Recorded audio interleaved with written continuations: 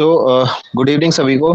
आज हमारे साथ कनेक्टेड हैं Saurabh from Uttarakhand and he has secured rank 28 in CAPFAC 2024 and 34 in CDS as well. So अभी congratulation Saurabh, success is sweet and I hope अभी enjoy कर रहे होगे तुम अपने टाइम को, है ना? सो डेफिनेटली थोड़ा सा बस मैं पूछ लेता हूँ। ओके, नाइस नाइस नाइस, थोड़ा सा बस पूछ लेता हूँ सौरभ। आई वुड लाइक कि तुम एक बार सबको अपने बारे में थोड़ा सा बता दो, then will continue. Hello everyone. मेरा नाम सौरभ है। जैसे कि सर ने बताया, सो रिसेंटली मेरे दोनों एग्जाम्स क्लियर हुए हैं and I come from army background. So मैं हार्डकोर डिफेंस एस्पिरेंट ही हूँ। सो मेरा ज़्यादा जो फोकस रहा हमेशा से आर्मी की तरफ रहा and then once my IM attempts got over, I thought of doing something else or trying something else. Then I shifted towards CAPF and this was my first attempt, and by God's grace I was able to clear this exam in my very first attempt. So I'm grateful for that, and I'm here to help you out in anything that you want me to. And I will give you certain suggestions or advices which I felt which were helpful for me. And बाकी मैं हमेशा मानता हूँ कि आपको वही follow करना चाहिए जो आपकी स्ट्रैटेजी के साथ अलाइन होता हो। ब्लाइंडली किसी को फॉलो करने की जरूरत नहीं होती है। तो just try to inculcate my ideas if you find them relatable. Otherwise, just continue with your own strategy that you have been doing for such a long period of time. That's it. Saurabh, एक चीज तूने बहुत सही बोली है that you should formulate your own strategy and stick with that. And जो भी सभी एस्पिरेंट्स के लिए, सभी मेंबर्स के लिए बोलना चाहूंगा कि देखो, आपने मेजोरिटी ऑफ प्रिपरेशन कर लिया अभी तक, ऑलमोस्ट गिव और टेक 6 और 5 वीक्स ही बचे हैं, अभी less than 40 days are left in fact. So सभी का एक स्ट्रेटजी रहा है, सभी का एक प्रिपरेशन का कर्व रहा है। सो इस पॉइंट ऑफ टाइम पर जैसे जो भी सौरभ बता रहे हैं आपको, take the gems out of that. ठीक है, बिकॉज सबका प्रिपरेशन जर्नी एक अलग जर्नी होता है, ठीक है, not everyone goes through the same path. तो जेम्स ले लो जो इनके लर्निंग्स हैं, एंड जो आपकी खुद की स्ट्रेटजी है और उनकी स्ट्रेटजी में जो आपके एरियाज ओवरलैपिंग है वो आप आइडेंटिफाई कर लो, और जो आपको लगता है कहीं पे गैप्स बचे हैं इस पॉइंट ऑफ टाइम पर आप यूज कर सकते हो, तो आप उनको यूज कर लेना। सो सौरभ, नंबर वन जो मैं आपसे पूछना चाहूंगा यार, मुझे ये बताना कि during your preparation cycle what do you think worked good for you? क्या आपको लगता है कि आपके लिए अच्छा काम किया है पूरे प्रिपरेशन में? सर आई थिंक सबसे इम्पोर्टेंट चीज़ होती है कि आप कंसिस्टेंट रहो अपनी प्रिपरेशन में। तो मेरे लिए थैंकफुली ये चीज़ होती थी कि क्योंकि मेरे SSBs चलते रहते थे एंड उसके लिए हम करंट अफेयर्स पढ़ते हैं। देन हमारे पास हमको रिवीजन करना होता है, एग्जाम्स आते हैं मल्टीपल, AFCAT एंड CDS। तो मैं हमेशा कनेक्टेड रहा पढ़ाई से, तो कभी भी डिस्कनेक्ट फील नहीं हुआ। तो जो इनकंसिस्टेंसी वाला पीरियड या डोर्मेंट पीरियड था वो मेरे सिचुएशन में नहीं आया, and that's why I think I was able to clear this CAPF written part. तो मुझे लगता है कि वो इम्पोर्टेंट है कि आप कंसिस्टेंट रहो by whatever means possible. Okay fine, and ये तो जैसे तुमने एक ओवरऑल चीज बताई कि consistency work for you. I think कुछ ऐसा भी होगा, व्हेन यू लुक बैक तुम्हें कुछ लगता होगा कि I should have change this, although बहुत अच्छी रैंक आई है, but now that you are selected तो तुम्हें कुछ अपने एरियाज देख रहे होंगे जहाँ पे you would think you could have improved a bit. वो कौन सा ऐसा एरियाज हैं तुम्हारे प्रिपरेशन में? Sir as far as CAPF is concern, मेरा जो रिटन पार्ट है ऑब्वियसली मैंने उसके लिए बहुत ज़्यादा प्रिपरेशन नहीं की थी, पेपर टू की स्क्रिप्टेड। तो आई थिंक अगर मैंने उसमें ज़्यादा टाइम इन्वेस्ट किया होता, जो कि मैं नहीं कर पाया due to some personal reasons, तो मेरी और ज़्यादा बेटर मार्क्स आ सकते थे उसमें एंड शायद रैंक मेरी उससे बेटर होती। But nonetheless I have no regrets. I think everything went good. And एक अच्छी चीज बताऊंगा कि सौरभ का फर्स्ट प्रेफरेंस इज ITBP, और दो उत्तराखंड से है, एंड मे बी उस वो एक फैक्टर होगा obviously, but you know unconventional choices, so congrats for that as well. अच्छा फोर्स है, you will enjoy there, and Prasoon भी वही ज्वाइन कर सकता है, करेगा, सो बढ़िया है, वहां पे साथ में आगे तुम लोग कंटिन्यू भी कर सकते हो। सो आज का जो सेशन है वो हमने इसलिए रखा था सो दैट पेपर वन का हम स्ट्रेटजी थोड़ा सा अपना ब्रेनस्टॉर्म कर सके कि इस पॉइंट ऑफ टाइम पर सभी का क्या प्रायोरिटीज होना चाहिए related to paper one. So Saurabh and Prasoon, तुम दोनों बताना, स्टार्टिंग विद सौरभ, कि क्या होना चाहिए इस टाइम पे स्ट्रेटजी। तो मुझे ऐसा लगता है सर इस समय जैसे कि सभी बच्चों ने अपना कुछ ना कुछ प्रिपरेशन कर चुकी है and there is I am hoping that they have a decent base. तो अब अगर आप कुछ भी एक्स्ट्रा पढ़ने जाओगे ओवर, तो आपके लिए ओवरलोड ही होगा, आप उसको एब्जॉर्ब नहीं कर पाओगे। So just revise upon your facts and the notes that you have made. और अगर जिसने नहीं बनाए हैं, इनके पास जो भी मटेरियल अवेलेबल है उसको आप रिवाइज कीजिए। और हो सके, it is my personal suggestion, तो अपने बहुत ही क्रिस्प नोट्स तैयार कर लीजिए लास्ट के 10 दिनों के लिए या फिर 5 दिन के लिए, because that comes very handy. क्योंकि लास्ट में आप इतनी मोटी बुक लेके या कॉपी लेके घूमोगे, so you will feel like burden by that कि मैं कैसे पढूं। तो make a very crisp notes if you can. I can even show you if you want, but usually मेरा यही मानना है कि वो हेल्पफुल होता है। एंड देन उसके बाद हम्म। आप क्या कर सकते हैं कि मॉक टेस्ट दीजिए, जितना हो सके मॉक टेस्ट दे सकते हैं। उनके सॉल्यूशन जब आपके पास आते हैं, मॉक टेस्ट के जो सॉल्यूशन अवेलेबल है, उनको अच्छे से पढ़िए, because that's also a revision. Mock test में भी इतना डिटेल में आंसर्स मिलते हैं आजकल कि आपका रिविजन हो जाता है हर सब्जेक्ट का। And continue with it. As for the current affairs, I feel कि वो इतना वास्ट है कि आप बहुत ज्यादा नहीं जा सकते। पीवाईक्यू आपने एनालिसिस किया होगा तो आपने देखा है कि एनवायरमेंट से बहुत अच्छा क्वेश्चन आ रहा है, इकोनॉमिक्स पे ज्यादा फोकस है, तो आपको उन जगहों पे ज्यादा फोकस करना है। इवन स्कीम्स भी उन्हीं पे ज्यादा फोकस करो जो इकोनॉमी रिलेटेड है डायरेक्टली। जैसे हमने देखा है कि पीएलआई स्कीम पे आया है, पिछले साल मुद्रा योजना पे आया था, नेशनल इंफ्रास्ट्रक्चर पाइपलाइन पे क्वेश्चन आए हैं। तो जो इकोनॉमी सेंट्रिक क्वेश्चन है करंट अफेयर से, वो बहुत आ रहे हैं। तो आप उस पर भी फोकस कर सकते हो। सोशल सेक्टर स्कीम्स पे पहले बहुत आते थे, लेकिन अब थोड़ा सा उनका वेटेज काफी हद तक कम हुआ है यूपीएससी में।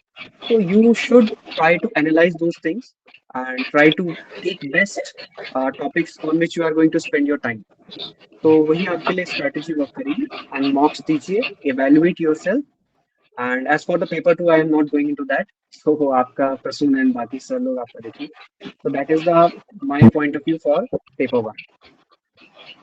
सो जस्ट एक चीज बोलूंगा, I hope everyone is taking notes of it, although मैं वीडियो अपलोड कर दूंगा, बट मैं बार बार कहता हूँ कि you should have a habit to just take notes of what he is saying, ठीक है। जो भी ये सौरभ बोल रहे हैं, दीज आर जेम्स, एंड एक फ्रेशली सिलेक्टेड आपको ऑफिसर बता रहा है, सो दैट इज गुड। आप लोग लिखते रहो, ऑल्दो जो डिटेल्ड आपका कहीं छूट जाएगा तो आप नोट कर सकते हो बाद में। So Prasoon, would you like to add anything to this जो भी सौरभ ने बोला इसमें? यस सर, जैसे सौरभ सर ने बोला वैसे ही कि मैक्सिमम टाइम रिवीजन करिए और शॉर्ट एंड क्रिस्प बनाइए, कंडेंस करते जाइए, ताकि बाद में अगर आपको रिवीजन करना हो, जैसे एक दिन में अगर आपको करना है रिवीजन पॉलिटी का, तो आप कर पाए। या फिर मैं तो हाफ डे में कर लेता था रिवीजन, तो आपका इतना क्रिस्प और कंडेंस आपके नोट्स हो जाने चाहिए, और फिर आप उसका मैक्सिमम रिवीजन करिए। और इसके बाद अगर आपके पास टाइम बचता है तो पीवाईक्यू एनालिसिस करके आप इसमें थोड़ा वैल्यू एडिशन कर सकते हैं। बट यहाँ पे की है मैक्सिमम टाइम रिवीजन। जो आपने अभी तक पढ़ लिया that is okay, condense it and maximise your revision. तो यस दैट। मैं थोड़ा सा बताना चाहूंगा, जैसा सौरभ ने बोला ना अभी कि पीवाईक्यूज आप लोगों ने एनालाइज किए होंगे कि किस टाइप के क्वेश्चन पूछे जा रहे थे, किस टाइप के क्वेश्चन रिसेंटली पूछे गए हैं, और 2024 में किस तरह से क्वेश्चन पूछे गए हैं। देखो, ये गाइडलाइंस का काम क्या है कि आपको पता रहे क्वेश्चन किस तरह के पूछे जाते हैं। ऑब्वियसली बहुत ज्यादा माइक्रो लेवल का डेटा नहीं आता है, so those are not important. What is important is the type of question that is asked, and number two, the type of options that they give to you. किसी government related scheme से किस type के options देना है वो समझना जरूरी है।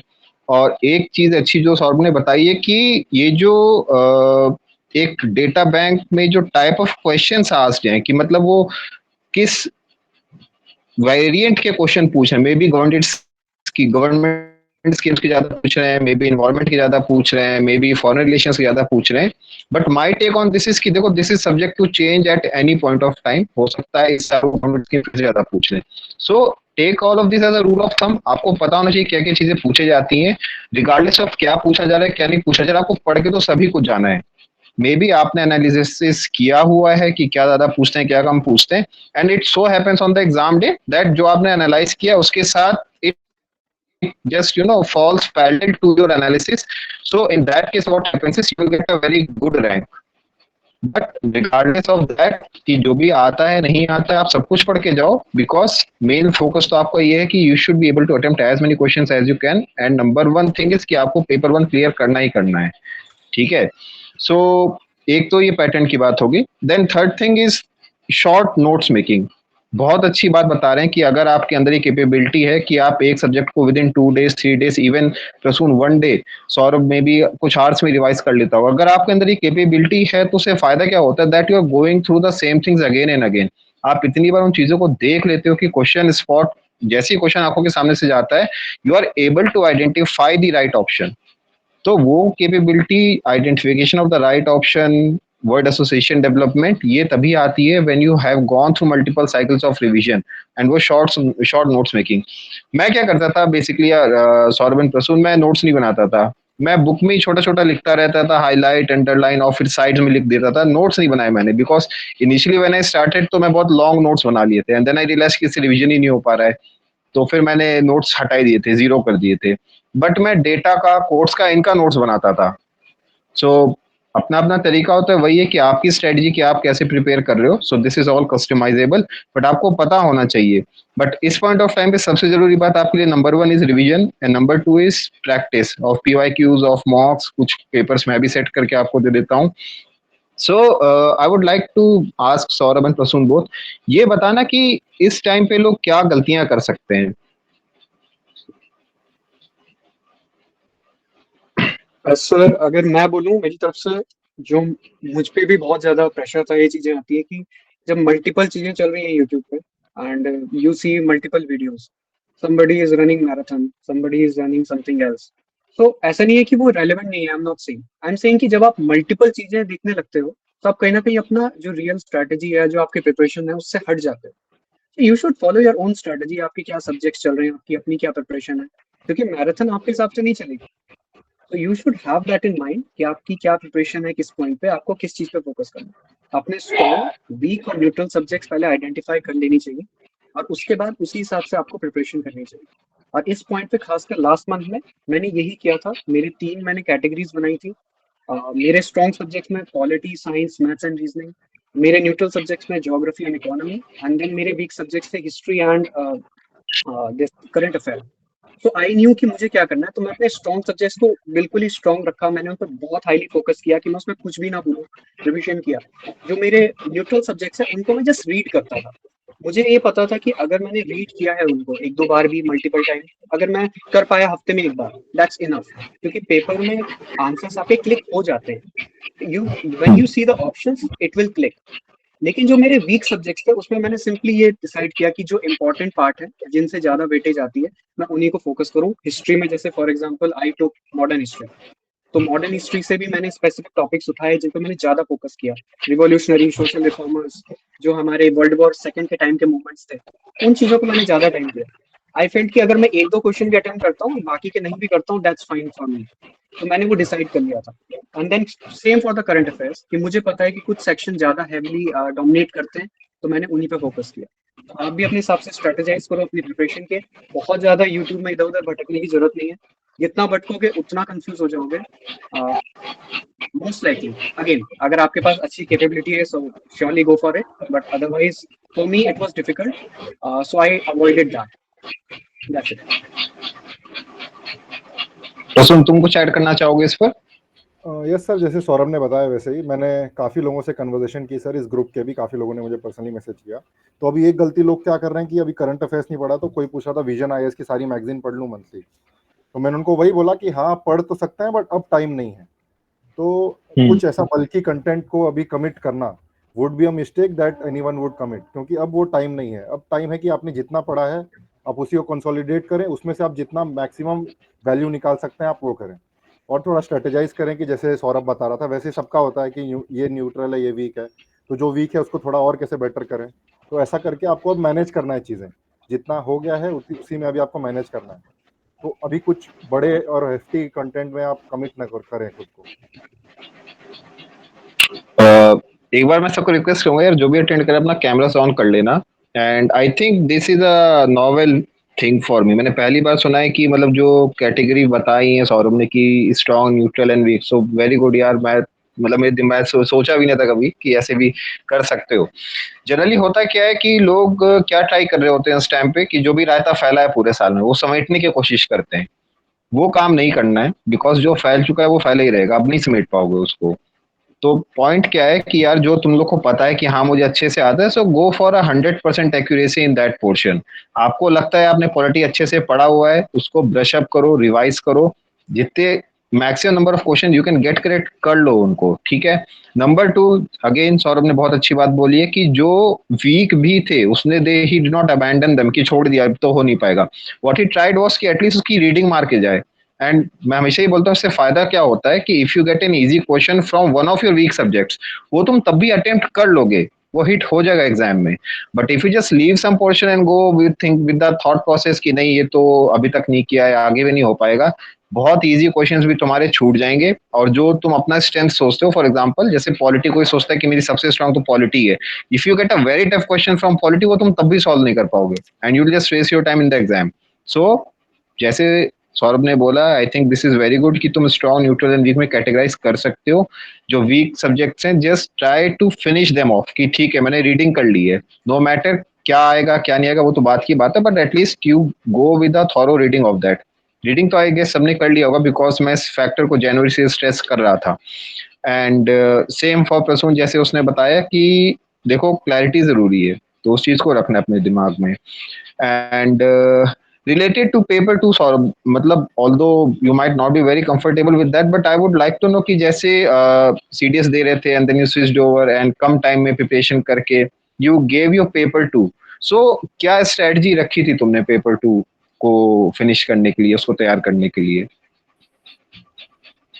सर फॉर्चुनेटली मेरा जो बैकग्राउंड रहा है कॉलेज टाइम से ही, तो मैंने आर्टिकल राइटिंग्स वगैरह में करा करता था कॉलेज के लिए भी, मैगजीन्स के लिए। तो मेरी writing skills comparatively I would say it was decent. So जब मैंने सोचा कि मैं करूँगा, सो थोड़ा लेट मैंने प्रिपेयर किया, इवन लास्ट मंथ में ही मैंने स्टार्ट किया। तो मैंने सबसे पहले ऐसे किए, मैंने एक दो ऐसे लिखे एंड देन आई अंडरस्टूड कि चलो लिख तो मैं लूंगा लेकिन मुझे टाइम मैनेजमेंट चाहिए। सो आई सैट फॉर 3 आवर्स, मैंने पूरा 2023 का पेपर लगाया। उसी में मैंने एक A4 साइज के पेजेस लिए, उसी तरह सेट किए जैसे CAPF में कॉपीज होती हैं कंप्लीटली, और मैंने कोशिश की कि मैं सारा खत्म करूं एंड आई मैनेज्ड समहाउ। तो जब मैंने वो करा तो मुझे एक चीज समझ आई कि मुझे किस सेक्शन में कितना टाइम देना है, and I think that help me in my real exam. और वही चीज मैंने हुई, और मेरा जो रियल एग्जाम था उसमें मैंने लगभग 7 to 8 मिनट्स पहले खत्म कर लिया। तो उसके बाद मैं उसमें इनरिचमेंट कर रहा था, अंडरलाइन कर रहा था इंपॉर्टेंट पॉइंट्स, तो वो चीज़ों का टाइम मिल गया मुझे। तो I think that was helpful for the time management part. बाकी कंटेंट मेरे पास बहुत ज़्यादा नहीं था, आई ऑलवेज सेड, मैंने पहले भी यूट्यूब में बताया बच्चों को कि मेरे पास कंटेंट नहीं था। मैंने क्या किया था, मैंने 4 पन्नों का इंपॉर्टेंट फैक्ट्स एंड डेटा लिख दिया था। उन 4 पन्नों में मैंने जो टॉपिक्स कवर किए थे वो थे जैसे कि इंडियन GDP, नीति आयोग की रिपोर्ट्स। उनमें से एक आ भी गया था, I think ground water report थी, मैंने लिखा हुआ था उसका fact, and there was this question about water scarcity, तो मैंने वो कोट किया। तो अगेन जो इंपॉर्टेंट चीजें हैं आपको उनके थोड़े से शॉर्ट नोट्स बना दो, अगर आपको लगता है कि आपके पास उतना डेटा और फैक्ट्स नहीं है। But if you have time, obviously you will have a lot of data, then आपको रीऑर्गेनाइज करना पड़ेगा, आपको दिमाग में कैलिब्रेट करना पड़ेगा कि आपको किस डेटा को डालना है और किसको नहीं डालना है। थैंकफुली मेरे पास वो प्रॉब्लम नहीं थी, मेरे पे डेटा ही कम था, तो जितना था मैंने उसको डालने की कोशिश करी and I try to inculcate that. और थैंकफुली टाइम में मेरा हो गया सब, और मेरे बहुत ज़्यादा अच्छे मार्क्स नहीं है, quite average marks I got in paper two, but compare to the preparation I did, I think it was very decent. मैंने इसीलिए शुरुआत में पूछा था कि तुम्हें लगता होगा कुछ which did not work out for you, so rank 28 के बाद भी यू आर फीलिंग की मार्क्स कम है, so it's all fine. Prasoon, तुम कुछ ऐड करना चाहोगे पेपर टू के लिए जो स्ट्रेटजी सौरभ ने बताई? Yes sir, for my paper two मैंने प्रिपरेशन काफ़ी लेट चालू की थी। So what I did was, मैंने 15 टॉपिक पकड़े ब्रॉड ब्रॉड, और मैंने उस पे 2-2 पेज के नोट्स बना लिए जिसपे कि मैंने उनके core issues plus data cover कर लिए, जैसे कि विमेन इश्यूज है, violence against women, internal security threat, defence modernisation and indigenisation, water scarcity. तो ऐसे कर करके मैंने 15 ब्रॉड ब्रॉड इश्यूज कवर कर लिए, और उससे काफ़ी कुछ हो गया। बाकी मुझे इतने अच्छे मार्क्स मिले नहीं, बट सेटिस्फैक्ट्री हो गया था पेपर मतलब। सो अगर किसी का अभी नहीं हुआ है तो उसके लिए मैं बोलूँगा कि आप भी ऐसे कुछ 10-15 टॉपिक्स पकड़ें और उस पर आप अपने नोट्स बना लें 2 या 3 पेज के, जिसमें आप इशू प्लस डेटा दोनों कवर कर लें। आई थिंक काफी लोगों ने बनाए होंगे बिकॉज आई बीन स्ट्रेसिंग कि कोर्ट्स का डेटा, फैक्ट्स एंड फिगर्स का आप लोग थीम वाइज बनाते रहना था, सबको बोला हुआ मैंने। तो किसने किसने बनाई है नोटबुक्स ऐसी? जस्ट रेज अ हैंड, पहले देख लेते हैं। आनंद, सुरभि, हर्ष, सूरज, हाँ काफी लोग हैं, गुड गुड, अच्छी बात है। सो एक बात यहाँ पे जैसे प्रसून ने भी बोला, सौरभ ने भी बोला, देखो जरूरी क्या है पेपर टू में, that you should be able to use what you know. जैसे सौरभ खुद एडमिट कर रहा है कि उसके पास डेटा बैंक फैक्ट का जो पूरा एक पूल था वो इतना ज्यादा नहीं था, but he used it effectively. And number one thing he said was कि टाइम मैनेजमेंट, ठीक है, he was able to finish the paper within time. And वो जो लास्ट का 7-8 मिनट्स उसने यूज किया होगा अंडरलाइनिंग में एंड एनरिचमेंट में, that also page dividends. So number one focus in paper to should be कि आपको पहले तो पेपर टाइम में खत्म करना है, उसकी स्ट्रेटजी काफी बार हम डिस्कस कर चुके हैं किस सीक्वेंस में क्या अटेम्प्ट करना है। एंड यहाँ पे if you people would have analysed it yourself, किसी को नहीं समझ में आया होगा, so take it for granted कि सौरभ का इंग्लिश ऑलरेडी अच्छा रहा था, ठीक है। आई मीन ग्रामर पोर्शन में I do not think you would have faced any issue. And regarding जो राइटिंग स्पीड एक बहुत क्रूशियल फैक्टर होता है, उसमें भी Saurabh did not have to face lot of issues. तो आप लोग तो काफी टाइम से प्रैक्टिस कर रहे हो, so you should be able to comfortably do it. और जो एक चीज पूरे से निकल के आ रही है, मतलब जो भी सौरभ ने बोला, he had a very clear strategy, ठीक है, for both paper one as well as paper two. So सभी लोग के लिए दिस इज अ की टेक अवे कि आपको अपना स्ट्रेटजी बनाना है, नंबर वन, नहीं बनाया है तो number two you should put your faith in that strategy कि this will work for me, because no one knows you better than you yourself, ठीक है। तो आपको क्या करना है कि ना के लिए स्ट्रेटजी बनाना है, उसमें ट्रस्ट करना है। एंड जैसे प्रसून बता रहे हैं, आपको सौरभ बता रहे हैं, इनसे इनपुट्स लेके उसको आपको थोड़ा सा ब्रश करते रहना है, ठीक है। You have to make it better, you have to make it more suit according to the needs that arise. तो सौरभ, तुम कुछ और ऐड ऑन करना चाहोगे किसी के लिए, something that you want to tell from yourself to members?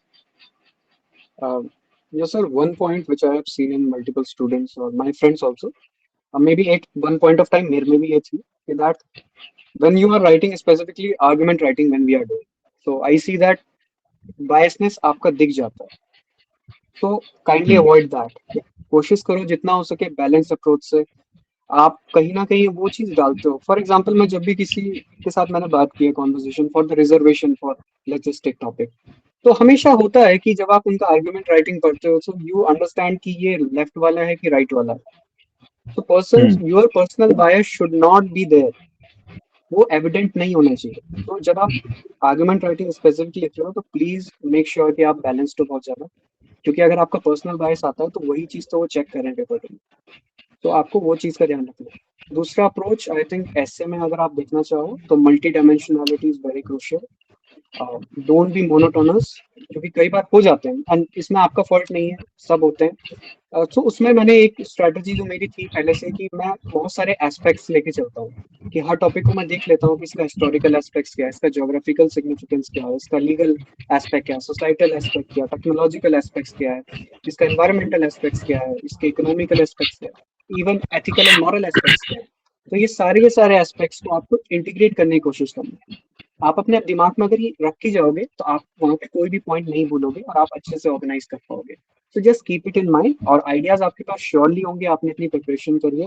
So don't get scared और पैनिक्ड इन दैट मोमेंट। अगर कोई टॉपिक थोड़ा सा डिफिकल्ट साइड पे आता है, you have prepared well, and if a topic is difficult then examiner also knows that it's a difficult topic, so he will not judge you that critically. He will see how much you have effort you have put in, or how much you have put in the multidimensionality. So kindly do that, and I think that will be good for you, and it was helpful for me also. So that is my only advice for paper 2. Okay, and Prasoon, तुम कुछ बताना चाहोगे ऐसे N arguments को लेकर?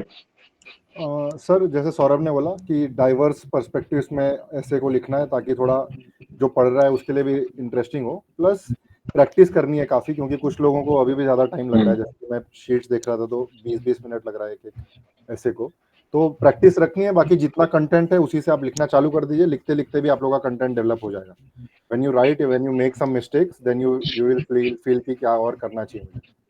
तो यही advice रहेगी सबको कि आप थोड़ा लिखना चालू करिए, 3-4 दिन में एक टेस्ट या फिर ऐसा कुछ, जैसा भी आपको सही लगे।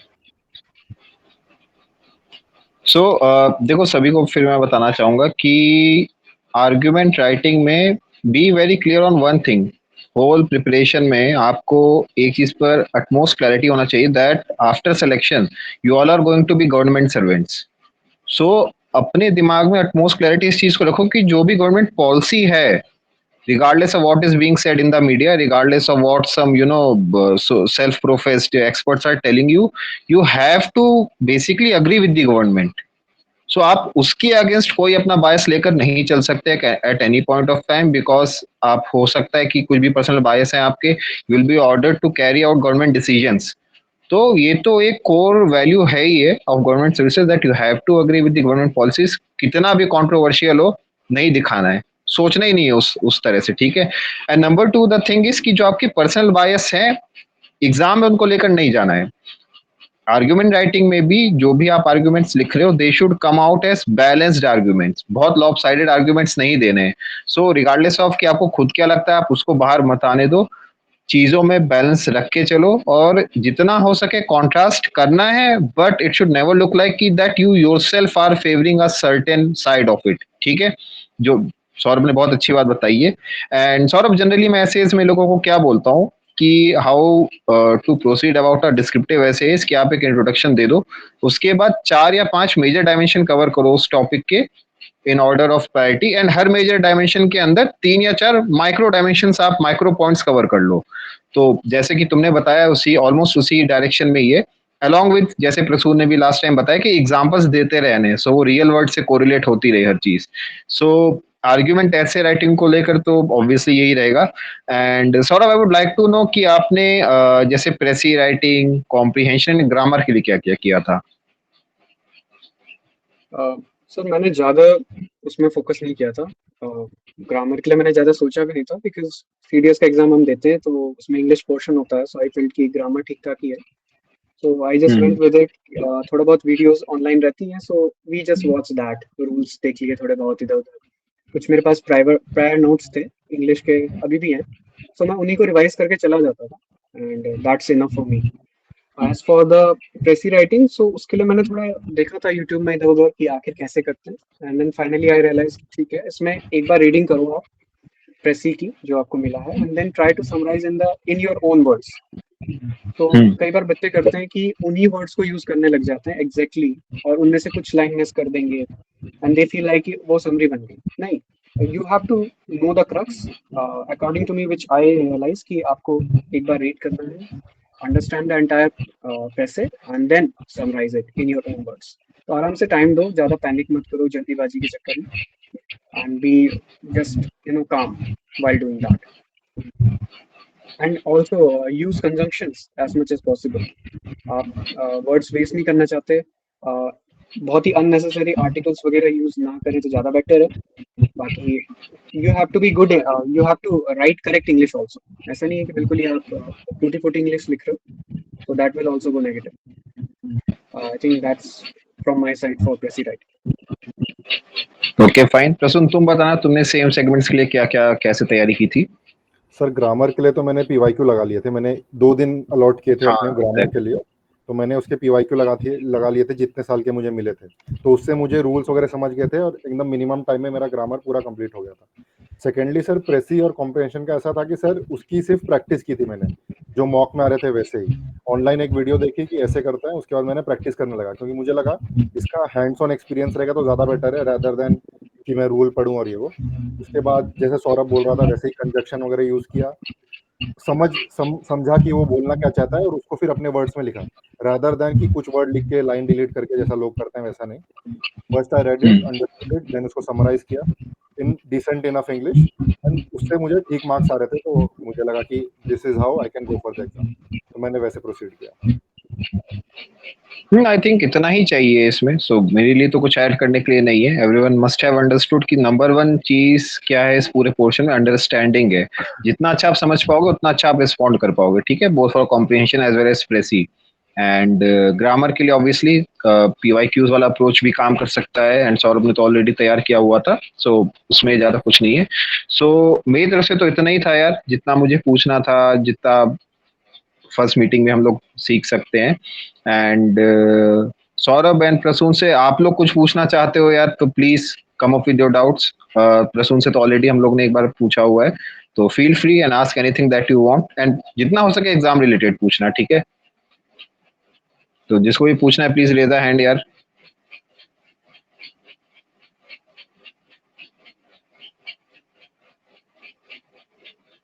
किसी को तो कुछ पूछना होगा, ऐसे कैसे? Does anyone have any doubt? कुछ पूछना चाहते हो? आलोक भाई आलोक पूछो। रितु ने भी हैंड रेज किया है। यस आलोक, पहले तुम पूछ लो। Hello sir. सर मेरी आवाज आ रही है? यस आलोक आ रही है, पूछना।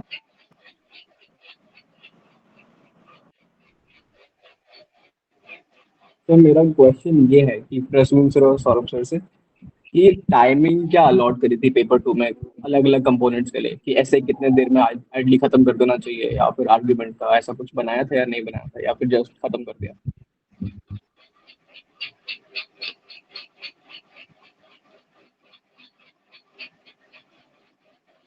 Shall I answer, sir? हाँ हाँ बिल्कुल सौरभ भैया, प्लीज बताना। सो मैंने, जैसे कि मैंने बताया कि मैं, मेरे पास उतना टाइम नहीं था, मैंने बट यही चीज मैंने जो थी स्पेसिफिकली करी थी जब मैंने 2023 का पेपर लगाया था। तो मैंने उस नोटबुक में उसके बाद मार्क भी कर रहा था, मैं जैसे ही कोई सेक्शन कंप्लीट करता था मैं मार्क करता था कि मैंने इसमें कितना टाइम ले लिया। I had the watch with me. तो जब मैंने वो कंप्लीट कर लिया उसके बाद मैंने एक डेजिग्नेटेड टाइम बना लिया था कि मुझे ऐसे में इतने में करना है, इतने में मेरे को रिपोर्ट राइटिंग करनी है, और इतने मेरा ग्रामर कॉम्प्रिहेंशन कंप्लीट होना चाहिए। तो वो मैंने एक सेटिंग बनाई थी। मेरे को अभी बहुत माइंड याद नहीं है, बट अगर आप चाहोगे तो मैं आपको बता सकता हूँ, मैंने कॉपी में लिखा हुआ था वो स्पेसिफिकली कितना ही टाइम मुझे लेना है। तो वो बहुत ज़रूरी है अगर आप कर पाओ। मेरे लिए बहुत हेल्पफुल था, इसी वजह से मेरा पेपर जल्दी हो पाया। बिकॉज़ मैं कहीं पे भी ऐसा नहीं हुआ कि मैंने सेक्शन में ज़्यादा टाइम लिया। आई ऑलवेज़ ट्राइड कि मेरा जो गिवन टाइम है उससे कम में मैं कंप्लीट करूँ पॉसिबली, और वो चीज़ हो गई थी। ऐसे भी मैंने कंफर्टेबली लिखा। So I think you should do that. That's a very good strategy. Sir can I go? Prasoon तुम बताना, अगर तुमने कट ऑफ और ऐसे टाइम एलोकेट किया होगा अलग अलग सेगमेंट्स को। तो मैंने एग्जाम से पहले मैंने फुल लेंथ टेस्ट लगाए थे पेपर 2 के 3। तो उस 3 टेस्ट में मुझे पता चल गया था कि मुझे किस किस सेक्शन को कितना टाइम देना है, तो और किस किस क्रोनोलॉजी में करना है। तो मैंने ऐसे कुछ हार्ड टाइम सेट नहीं किया था, बट मैंने क्रोनोलॉजी सेट कर ली थी। और मुझे ये पता था without wasting my time, if I go मतलब if I go with the flow I will complete it, and I was comfortably able to complete it. तो आप भी ऐसा कर सकते हैं कि आप थोड़ा प्रैक्टिस करिए, 2-3 फुल लेंथ टेस्ट लगाइए, उसके बाद आपको समझ जाएगा कि कितने टाइम में आप क्या कर सकते हैं। तो एक ब्रॉड ब्रॉड बन जाएगा, बट ऐसा कुछ हार्ड रिस्ट्रिक्शन नहीं लगाया था मैंने कि 1 घंटे में ये करना है, 1.5 घंटे में करना है, ऐसा कुछ नहीं। वो ऊपर नीचे ऑल तो हो मैंने जाएगा। बताया हुआ है कि सिंगल ऐसे के लिए अप्रॉक्स 20 मिनट्स एंड आर्ग्यूमेंट्स के लिए भी सिंगल आर्ग्यूमेंट 20 मिनट्स, इस टाइप से मैंने टाइम दिया हुआ है इनको। एंड कोशिश ये करनी है कि देखो जैसे बता रहे हैं बोथ प्रसून एंड सौरभ कि देखो ऐसी चीज तुम कोई सेट भी करते हो, number one it is personal, कि तुम्हें कितना टाइम सफिशिएंट लगता है ऐसे लिखने। किसी को ऐसा लगता है कि भाई मैं ऐसे जल्दी लिख लेता हूँ बट आर्ग्यूमेंट में टाइम लगता है, तो he might set 50 minutes for the essay and 20 minutes for the argument. And number two, ये जो टाइम्स आते हैं ये आपकी खुद के राइटिंग से आएंगे कि आप कितने टाइम में खत्म कर पा रहे हो।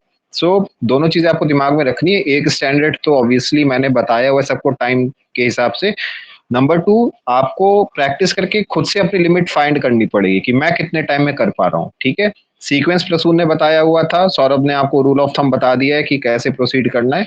एंड नंबर थ्री, जो ब्रॉड गाइडलाइंस है वो मैंने दी हुई है। ठीक है, सो आप अपना टाइम इवॉल्व कर लो और उसके हिसाब से प्रोसीड करना। रितु तुमने हैंड रेस किया था, पूछना क्या डाउट है? Yes sir. सर आवाज आ रही है मेरी? ये सारी क्लियर है रितु, बताना। सर आवाज आ रही है मेरी? रितु तुम्हारी बताता आवाज हूँ। पहले, अभी नहीं आ रही है आई थिंक। हेलो सर, आवाज आ रही है? यस अभी क्लियर है, बताओ। सर पेपर 1 के लिए पूछना था सर, हम मॉक और पीवाईक्यू को कैसे अटेम्प्ट करें, मतलब सेफ स्कोर या फिर सेफ अटेम्प्ट कितना होगा? जैसे पिछली बार पेपर लेंथी आया था तो उससे मतलब अटेम्प्ट कम लेना था, क्योंकि ज़्यादा अटेम्प्ट करते हैं तो फिर नेगेटिव भी ज़्यादा जा रहा था। तो सर आई उसको एम कैसे? Sorry to interrupt you and everyone. देखो भाई मैं बता बता के थक चुका हूँ ये चीज, and these things you know they drive me mad. मैं बार बार बता बता के थक गया हूँ कि देखो सेफ स्कोर कुछ होता नहीं, इट्स अ मिथ। ठीक है, सेफ स्कोर हमारे टाइम पे लोग सोचते थे 120 110 इज सेफ। आज के टाइम पे अगर if you are aiming for 120, ऐसा हो सकता है कि तुम ओवर नेगेटिव करके क्वालिफाई नहीं कर पाओगे। तो ऐसे गूगली मत मारा करो किसी पे, ठीक है, कि सेफ स्कोर क्या है। मान लो सौरभ आज बोल देता है कि 100 इज अ सेफ स्कोर, अगले साल कट ऑफ 80 चला जाएगा, तो तुम उसको कोट करते रहोगे कि सौरभ सर ने तो बोला था 100 लाना है। तो ऐसे क्वेश्चंस नहीं पूछने चाहिए, because this is all very fundamental of preparation. This all is relative, ठीक है। सेफ स्कोर चलो मैं बोल देता हूँ कि 150 सेफ स्कोर है, will you able to achieve it? No one knows, ठीक है। सो बेसिक एक अपने दिमाग में क्लियर रखो, no one can give you a safe score. कोई देता भी है, कोई प्रिडिक्ट भी करता है, तो I think is just BSing, नहीं होता है कोई, there is no such thing as safe score. वो सेफ स्कोर अटेन करने के चक्कर में लोग ओवर अटेम्प्ट करके आते हैं, and then they are not selected even with a very good knowledge base and even with sufficient practice. क्यों? बिकॉज एग्जाम हॉल में when you conjecture on these things ना, कि पेपर कैसा आया, मुझे इतना अटेम्प्ट करना चाहिए, सेफ स्कोर तो इतना होता है, मैंने इतने क्वेश्चन कर दिए हैं तो मुझे इतने और करने चाहिए, this all things mess up your prospects of selection. मतलब सच में मुझे गुस्सा आता है, मैं ऐसे क्वेश्चन पूछता हूँ, I am sorry to respond in such a manner, but ये फैक्ट बता रहा हूँ मैं, ठीक है। एंड आई मुझे नहीं पता कि सौरभ और प्रसून का क्या रिस्पॉन्स रहेगा इस क्वेश्चन पे, but I think they would broadly agree with me on this, ठीक है। सौरभ बताना यार, सॉरी टू इंटरप्ट। सर आपने जो कहा वो बिल्कुल सही है। अटेम्प्ट्स, आपके जो नंबर ऑफ अटेम्प्ट्स है वो आप पे डिपेंड करेगा, आपकी प्रिपरेशन पे डिपेंड करेगा। अगर आप एक्स्ट्रा अटेम्प्ट के चक्कर में नेगेटिव करोगे तो आपके लिए नेगेटिव ही जाएगा। तो सबसे मैं सिर्फ ये बोलता हूँ कि हाँ, आपने जो पूछा था कि अटेम्प्टिंग स्ट्रैटेजी, तो अगर आप अटेम्प्ट करने जा रहे हो तो आई ऑलवेज से कि पहले एक रीडिंग करो, जीएस वाले पार्ट जो आप कर सकते हो उनको देख लो। मैथ्स और रीजनिंग पहले अटेम्प्ट मत करो फर्स्ट रीडिंग में, क्योंकि वो टाइम लेते हैं।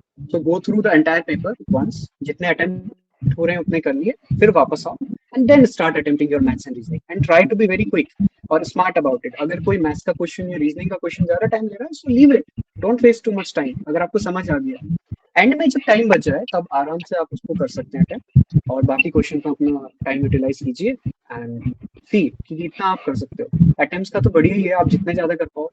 अगर आपको कहीं पे लगता है कि जहाँ पे आपको अच्छा इंटेलिजेंट गेस मिल रहा है, so go for it.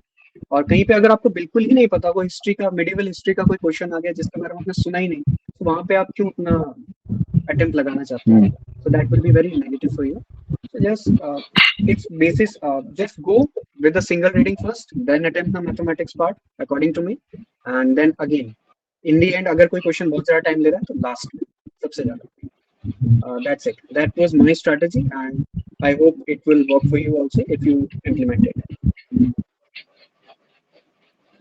Prasoon तुम भी बताना।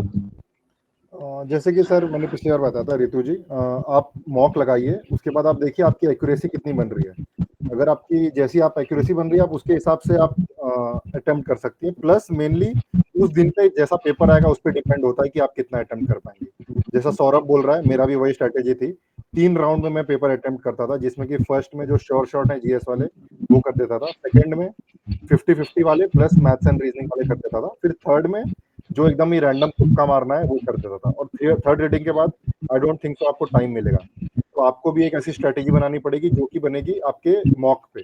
जो मॉक आप अभी दे रही हैं, सर ने कल एक मॉक भेजा था, तो उसमें आपकी कितनी एक्यूरेसी थी? सर वो अटेम्प्ट नहीं किया था मैंने। ओके, चलिए कोई नहीं। ठीक है, देखो पेपर 1 जब अटेम्प्ट कर रहे हो ना, मैं I will just stress it one more time because this thing is just so important, you have to be absolutely clear on this.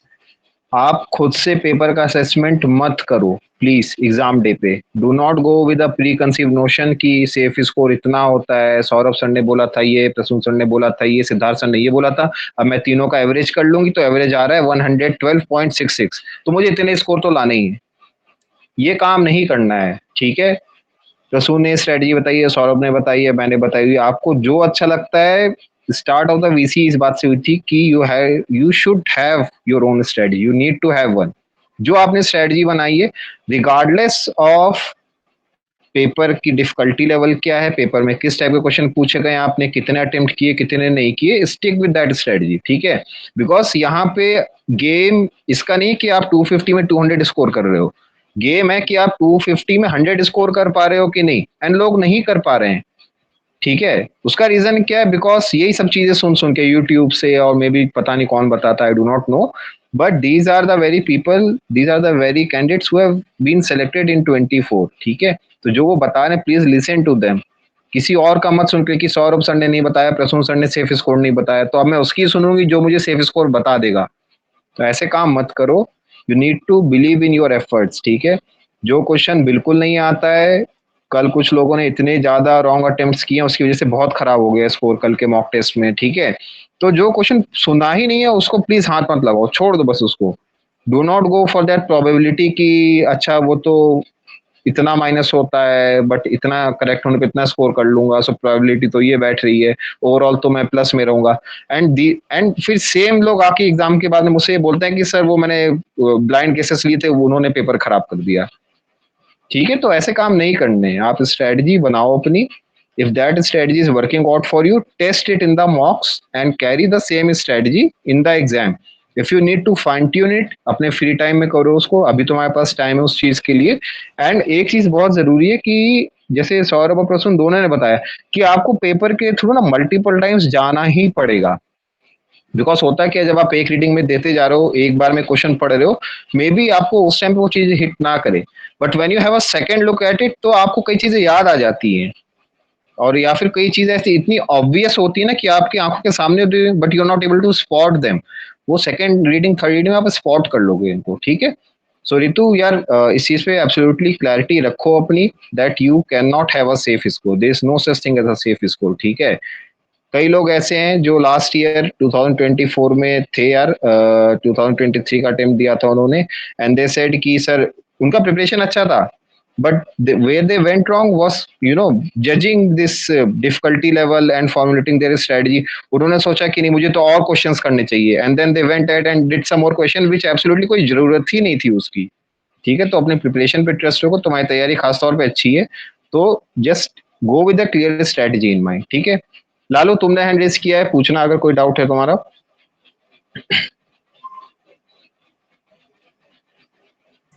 Yes sir, आवाज आ रही है? यस आ रही है, क्लियर है यार, बताना। Hello. Yes ji you sir, are मेरा clear. Question है सर, मैथ्स थोड़ा वीक पॉइंट है। यस सर, मैथ थोड़ा वीक पॉइंट है सर, मतलब उसके लिए मैं अभी बस मतलब क्या कर सकता हूँ लास्ट। सो सौरभ बताना यार क्या कर सकते हैं, if maths is someone's weak point what can he do. Sir अगर आपकी मैथ्स का थोड़ा इशू है सो ऑब्वियसली पीवाईक्यूज ही देखो। बहुत ज़्यादा तो आप डिटेल में जा नहीं सकते। कुछ चैनल्स हैं जिनको आप फॉलो कर सकते हो, बट एक्चुअली आपको मैं कुछ पीडीएफ्स प्रोवाइड कर सकता हूँ जिनमें formulas and some particular short tricks हैं जो कि मेरे लिए हेल्पफुल रही थी, एंड आप उनको एक बार रिवाइज कर सकते हो and then attempt your PYQs. Most likely आप उनको कर पाओगे बिकॉज पीवाईक्यूज का भी उतना ज़्यादा हाई लेवल नहीं है मैथमेटिक्स में। मान सकता हूँ कि आपकी थोड़ी कम प्रैक्टिस है, but don't get afraid and don't panic. Easily solvable है, 1 मंथ होगा। इस 1 महीने में आप आराम से अपना मैथ्स इंप्रूव कर सकते हो और आप अच्छा स्कोर करोगे। तो जस्ट डोंट पैनिक और कॉन्टिन्यूसली वो पीवाईक्यूज प्रैक्टिस करो एंड दैट्स इनफ। और आपको जो फॉर्मूले वगैरह के लिए हेल्प चाहिए होगी या बेसिक कुछ चाहिए होगा डॉक्यूमेंट, तो वो मैं प्रोवाइड कर दूंगा आपको, आप मुझे कांटेक्ट कर सकते हो। प्रसून तुम बताना कि इस पॉइंट ऑफ टाइम पे अगर किसी का मैथ्स वीक है उसका क्या तरीका होना चाहिए प्रोसीड करने के लिए। तो सर मेरा भी यही इशू था क्योंकि मैं कॉमर्स बैकग्राउंड से हूँ विदाउट मैथ्स। तो मैंने क्या किया, बेसिकली आप अगर देखेंगे 10 जो क्वेश्चन आ रहे हैं उसमें से 7 जो हैं that is of simple arithmetic जो आप कर सकते हैं सॉल्व। तो आपको पहली बात तो ये ध्यान रखना है कि ये आपके टारगेट आपको करने हैं 7। तो इसके ऊपर आप क्या कर सकते हैं कि आप पीवाईक्यू सॉल्व कर लीजिए। और एक ही ट्रेंड के क्वेश्चन होते हैं, एक ही टाइप के क्वेश्चन होते हैं जो रिपीट होते हैं अलग अलग टाइप से। तो आप उस टाइप को समझिए, उसका सॉल्यूशन आप देखिए। अगर आपको नहीं समझ रहा है तो यूट्यूब पे काफी अच्छे अच्छे टीचर्स हैं, आप उनको देख लीजिए, एआई का हेल्प ले लीजिए और आप बेसिक अरिथमेटिक आप अच्छे से कर लीजिए पीवाईक्यू के थ्रू। और इससे आपका एग्जाम में हो जाएगा सॉल्व, जहाँ तक मुझे लगता है, क्योंकि मेरे लिए वर्क किया था। तो आप ऐसे कर लीजिए, बेसिक अरिथमेटिक वाले आपको करके ही आने हैं वहाँ पे। Exactly, I think PYQs is a very good departing point for maths. अगर आपको मैथ्स स्टार्ट करनी है, किसी का खराब है, तो at least make sure that you have proficiency in the PYQs. अगर आप पीवाईक्यूज में, I wouldn't say comfortable, but PYQs को अगर आप एक ठीक ठाक एक्यूरेसी के साथ कर पा रहे हो, तो दैट मीन्स कि you will be doing well in the exam in mathematics section, ठीक है। एंड जिसका मैथ्स अच्छा है उसके लिए भाई maths is a very scoring part, तो आप 100 में 100 भी ला सकते हो, मतलब 100% स्कोर हो सकता है आपका मैथ्स में, ठीक है। तो इस चीज को ध्यान रखना है। सौरभ, एक काम मैं करूंगा कि वीसी के बाद ना I will add you to this Telegram group जिसमें पूरा हम मेंबर्स हैं हमारे, तो जो भी तुम शेयर करना चाहते हो उस ग्रुप पे कर देना। Plus I would request Prasoon and Saurabh both कि यार जैसे कुछ नोट्स होंगे तुम्हारे पास जो तुम सोचते हो कि यूजफुल हो सकते हैं मेंबर्स के लिए, तो if you are comfortable, if you feel like that, तो उसको शेयर कर देना, ठीक है, ग्रुप में। और किसी और का कुछ सवाल है यार तो please come up with your doubts and queries.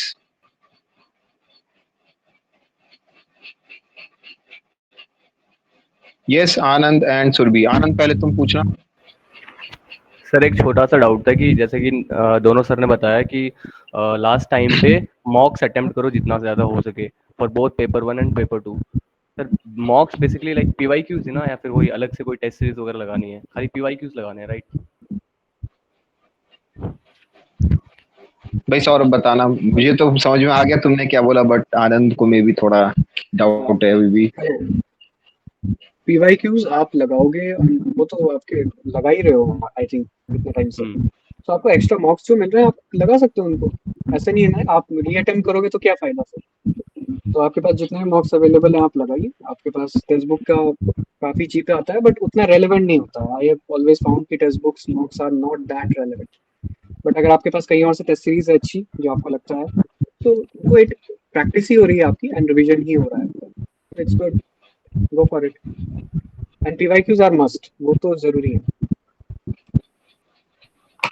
Prasoon, I think ये तो सेल्फ एक्सप्लेनेटरी था। देखो, पीवाईक्यूज होता है जो पहले एग्जाम में आ चुका है, मॉक्स वो होते हैं जो कोचिंग वाले सेट करते हैं जो एग्जाम में पहले नहीं आए हुए हैं। तो that there is a fundamental difference in nomenclature. Semantics में ही फंस रहे हो, ठीक है, कोई बात नहीं। सुरभि तुम पूछना, क्या डाउट है तुम्हारा? Good evening sir. Good evening, बताना। सर मेरा डाउट ये है कि जैसे अभी एग्जाम में मतलब और 1 महीना रह गया है, तो ऐसे कभी कभी पैनिक जैसा होता है कि मतलब थोड़ा डर सा लगता है कि होगा कि नहीं होगा, और कभी कभी लगता है कि मतलब हो जाएगा। तो इससे कैसे डील मतलब करना है आप, मतलब सौरभ सर और प्रसून सर ने कैसे डील किया था?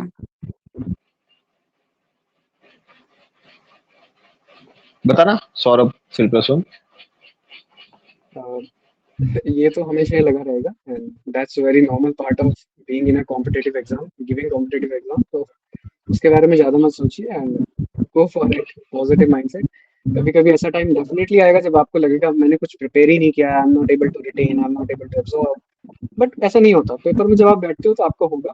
एंड आई एक पॉइंट मैं थोड़ा सा बोलना चाहूंगा, थोड़ा क्रिटिकल है, बट कि आपका hard work not necessarily means कि यू विल सक्सीड 100%, ठीक है। तो थोड़ा सा अपना माइंडसेट पॉजिटिव रखिए ओवरऑल, कि जो होगा अच्छे के लिए होगा, क्योंकि आपके हाथ में सिर्फ हार्ड वर्क है। You can not guarantee result. मैं कोई स्ट्रेटेजी बता दूं, ऐसा नहीं कि 100% यू विल सक्सीड, कोई गारंटी नहीं है। I got selected in CDS in my very last attempt, this was my last attempt. May be मैं नहीं होता, तो वो बात अलग है। आपके हाथ में सिर्फ हार्ड वर्क है। एंड आई नो कि पैनिक सिचुएशन आती है, कामनेस रखना मुश्किल होता है, बट वो थोड़ी देर के लिए आती है। Tell yourself that everything will go right and be positive. बोलना आसान है, I know, again, but tell yourself that you will succeed in, if not this field then some other field. तो ऐसा कुछ नहीं है, आपने knowledge gain किया, आपने स्किल गेन करी है, that will be helpful for you in your life and you are working hard, so everything will go right. That's the mindset you should keep. That's it from my side. Prasoon तुम बताना please. देखिए ma'am, anxiety तो होती है सबको, all of us, like even selection के पहले भी होती है, लिस्ट में नाम आने से पहले भी। तो what I would tell you is कि आपको जो कुछ पसंद है आप उसको थोड़ा बहुत टाइम डिवोट कर सकती हैं फाइनल कुछ महीनों में। जैसे कि अगर आपको वॉकिंग पसंद है, म्यूजिक पसंद है, तो I would say also I would like to agree with Saurabh कि मेंटल कंडीशनिंग बहुत ज़्यादा जरूरी है इस फाइनल मंथ में। तो अगर आप थोड़ा बहुत डिवोट कर सकती हैं टाइम वॉकिंग वगैरह को, और ये नॉर्मल है, ये सबको फील होता है। You just have to stay strong and believe in your preparation and you will do well if you have worked for it. All the best. देखो सुरभि, तुमने काफी लास्ट टाइम भी हमने इससे बात किया था, थोड़ा सा ठीक है, मैं अपना पर्सनल बताता हूँ। व्हाट आई बिलीव इज कि देखो, जो निगेटिव सेल्फ टॉक है, ठीक है, इसका best antidote is positive self talk, ठीक है। सो तुम्हारे मन में आता है मैं नहीं कर सकती हूँ, मेरे से नहीं हो पाएगा, मुझे कुछ नहीं आता है, सो बेस्ट इज कि यू डेवलप सम जैसे वॉर क्राई होता है, बैटल क्राई, तो कुछ अपना एक मंत्रा बना लो। जैसे आई कैन डू इट, मैं कर लूंगी, भाड़ में जा देख लेंगे, तो कुछ ऐसा एक अपना बना लो which you just can repeat, and वो बार बार रिपीट करके होता है क्या, yo it acts as a trigger in your brain. ठीक है। जैसे बैटल सिचुएशन में क्या होता है कि हर यूनिट का अपना एक पॉजिटिव सेल्फ टॉक है, तो मतलब okay I just radio comment, जैसे हर यूनिट का अपना एक वॉर क्राई होता है। So in battle like situation troops उसको चिल्लाते हैं and एकदम से वो एंथूज हो जाते हैं, उनका मोटिवेशन लेवल हाई हो जाता है। रीजन इज बिकॉज जब वो ट्रेनिंग कर रहे होते हैं तो उसी को चिल्ला चिल्ला के दौड़ते रहते हैं, उसी को चिल्ला के पुलअप्स मार रहे हैं। तो जब तुम अपने रूम में हो, you have some negative doubt, self talks आ रही है दिमाग को, just set up mantra for yourself, कोई एक स्लोगन बना लो अपना कि I can do it, I can do it, ठीक है, I have got this, I have got this. कुछ भी कर सकते हो, it can be anything. And जैसे ही थोड़ा सा भी नेगेटिव फील हो तो you just repeat that. And अगर तुम्हें ऐसा है कि भाई ठीक है, तुम्हें शाम को पढ़ने बैठना है बट तुम्हें you are just feeling out of the zone, तो जो प्रसून ने बनाया, go for a walk, music सुन लो, spend time with your family, spend time with your friends, and when you are in a positive mental zone, तो बस sit down and slog in the hours. ठीक है, मेहनत करो उस time पे। सो ये चीज याद रखना कि the antidote to negative self talk is positive self talk, तो रीइंफोर्स करते रहना उस चीज को, इट विल वर्क। और किसी को कुछ पूछना है यार तो please come up with your queries.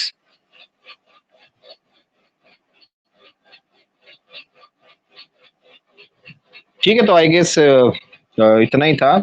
Saurabh यार, thanks a lot and congrats once again, बहुत अच्छी रैंक लाया, and I am very happy to see कि you have opted for ITBP, and I am very happy for Prasoon also because maybe you two will train together. अगर दोनों ITBP join करते हो मजा आएगा, मसूरी में ट्रेनिंग होती है। ठीक है, सौरभ जानता होगा ऑलरेडी, और प्रसून खुश हो जाएगा मसूरी जाके। ठीक है, so that is it for today. I hope कि सबको बहुत सारे की टेक अवेज मिले होंगे। ठीक है, आज के जो सेशन रखा है, we had the good opportunity, we had the good fortune कि दो रिसेंट जो सिलेक्टेड हैं उनसे हम बात कर पाए। And one thing that you all would have felt कि देखो जो आपका बेसिस है ना, that is your strategy, that is your hard work. दोनों की बातों से I did not feel even for single second कि they are selling any gimmicks, they are selling any silver bullets for the preparation, because there is no such thing. कोई चीज ऐसी नहीं है कि आपको बस बता दें और आप कर लो, unless you have done it yourself. आपको उस चीज को प्रैक्टिस करना ही पड़ेगा। ठीक है, स्ट्रेटजी बनानी ही पड़ेगी। So this is the key takeaway कि जो कम टाइम बचा हुआ है, make a strategy, stick with that and trust your hard work. ठीक है, so that is it. Thank you for joining us, Saurabh and Prasoon. We'll see you next time. ठीक है, take care, bye, good night. Thank you sir. Thank you sir.